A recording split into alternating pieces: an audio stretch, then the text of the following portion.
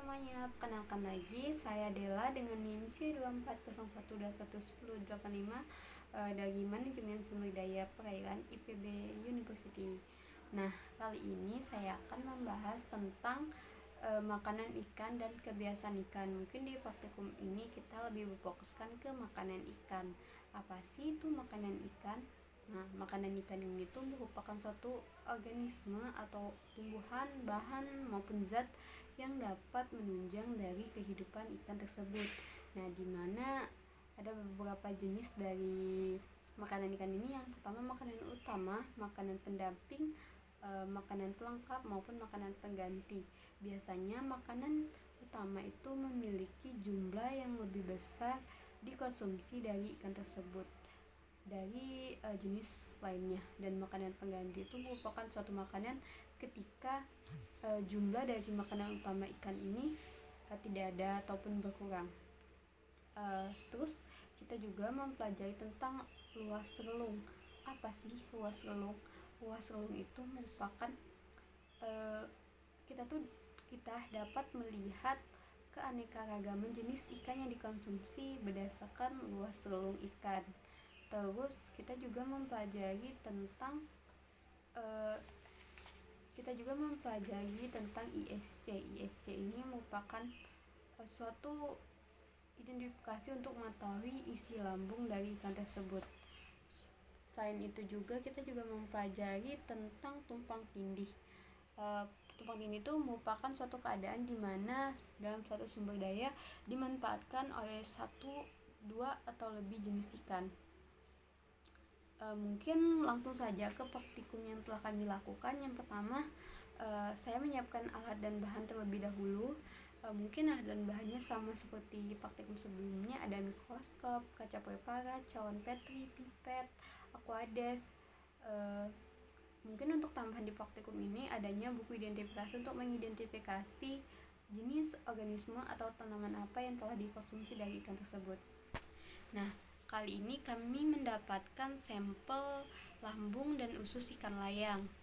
Setelah kami mendapatkan lambung dan usus ikan layang, kami identifikasi dengan membedah dengan memisahkan antara lambung dan ususnya. Setelah melakukan pembedahan, kami setelah melakukan pemotongan untuk memisahkan antara usus dan lambung, kami lakukan suatu penimbangan.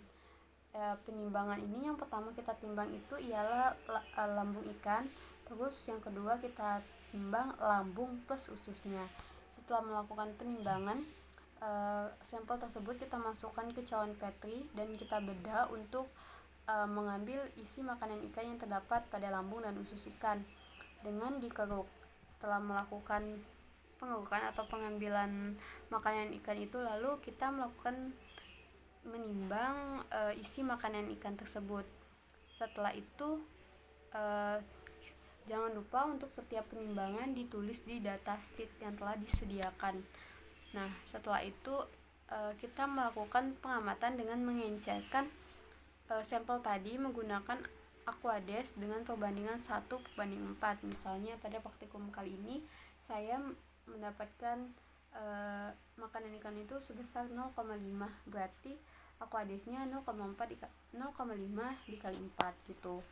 Setelah melakukan pengenceran, lalu kita amatin sampel menggunakan mikroskop dengan meletakkan sampel yang telah diencerkan ke dalam kaca preparat, lalu ditutup dengan cover glass. Nah, pada pengamatan ini kita menggunakan 3 kali ulangan, yang artinya 3 kaca preparat yang kita gunakan, di mana masing-masing setiap ulangan itu terdapat 5 luas pandang.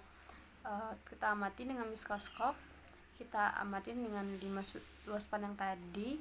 Setiap pengamatan yang telah kita dapatkan di mikroskop jangan lupa untuk didokumentasikan, karena foto yang akan kita dokumentasikan ini kita gunakan untuk mengidentifikasi jenis makanan apa sih yang dimakan dari ikan tersebut. Nah, pada praktikum kali ini jenis makanan ikan yang telah kami amati dan kami identifikasi menggunakan buku iden adalah jenis makanan tersebut didominasi oleh sisik-sisik ikan maupun jenis Crustacea, yang artinya karena sampel yang kami amati ikan layang, berarti ikan layang ini merupakan suatu ikan herbivora.